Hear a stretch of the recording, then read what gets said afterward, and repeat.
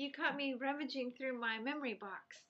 This is where I keep all of my memories of my travels. Like this ship.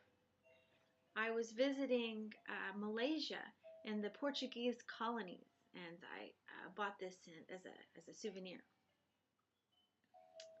And this car I got in Spain reminds me of when I rented a car and my friend put leaded gasoline in the car and we broke down near an aqueduct and we just went camping because we were stranded. And these earrings in here. We used to drink soju when I lived in South Korea and go shopping in the middle of the night. They had cheap little bazaars like these $1 earrings.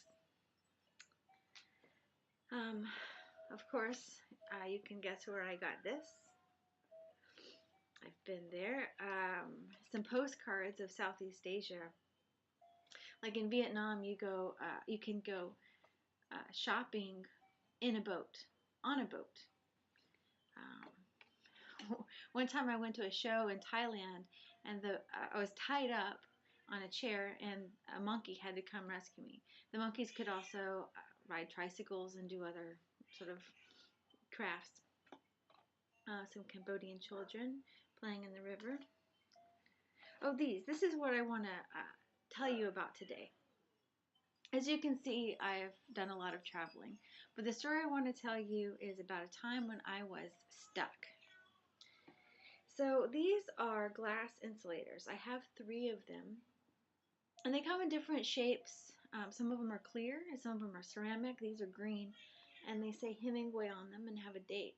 This one is from 1907, so they're all about 100 years old, and they're from the telegraph lines that were put along the railroads in Kansas. So before there were telephones or the telegraph lines, these would act as the insulator bulbs. I found these on vacation. My family would take our summer vacations up to visit my grandpa on his farm in Kansas.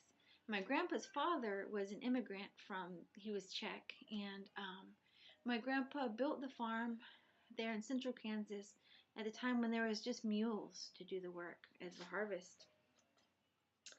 So this time when I got these insulators, I was on an adventure to collect treasures, and I had just gotten a new pair of boots. I was so excited about these boots because they were thick galoshes, and the kind I didn't need growing up as a city girl in Houston. These were free roaming, traveling galoshes for my special treasure hunt adventures. And my dog would come too. Her name was Penny, and she was a Cocker Spaniel. So Penny would have a lot of fun tearing through the old Kansas farm.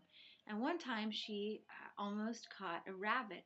Now, I thought she was catching the rabbit to be my pet. Later, I think probably she wanted some dinner. But anyway, she was running after the rabbit. And of course, I was running then after her.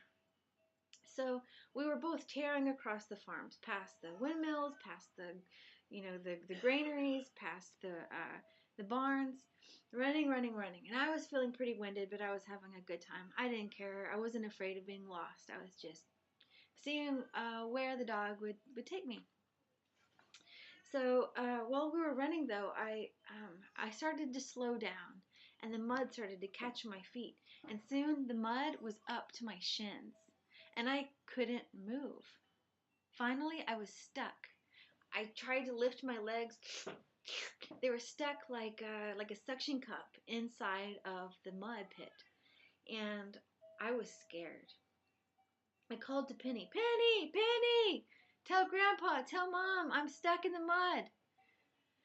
She did come, wagging her little tail, but she didn't help at all. So there I was, stuck in the mud in central Kansas.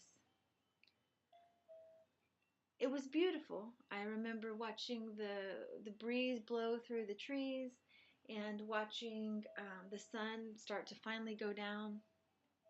And I was getting hungry. I remember my stomach rumbling. I thought maybe I could hear my stomach. I was so hungry. And I didn't know what I was going to do. I thought I might have to sleep there. I might get eaten by a wild animal there. Surely I might find the end of my days stuck in the mud there. Finally, after some time of meditation, I saw a tractor on the horizon come down the dirt road. And it was my grandpa. And he was riding the tractor to the barn. Thank God. I could hear the tractor going. So I started screaming, "Help! Help! I'm stuck in the mud! Grandpa! Grandpa! Help!" Of course, he didn't see me, and he rode right by. I thought, again, this is not going to end well for me here alone. And I could hear the engine shut off in the barn, and I could hear my grandfather tinkering as he put his tools away. And I could hear the barn door shut. And then I saw him walk down the dirt road back to the farmhouse. And I just yelled with everything I had in me. This was my last chance of survival. "Help, Grandpa, I'm stuck in the mud. Help, it's me." Well, he did look around. He looked up and he looked into the breeze. And then finally he caught my figure waving my arms. And he said, "Deborah, is that you? What are you doing? Are you okay? I'm stuck. Grandpa, help." So he walks up. I didn't see him laughing at me, but thinking back, he probably must have been. So he goes back to the barn and gets a big rope. And he throws the rope to me, and I grab it. And he says, "No, put it around your waist." So I wrap it around my waist, and he tugs, which seemed to me to be such a gentle tug. Like he barely even had to use his strength. And he just tugged, and flop, I come rushing out of this horrible mud pit that I was stuck in. I looked down. I had only one boot on, and I never did find that other boot.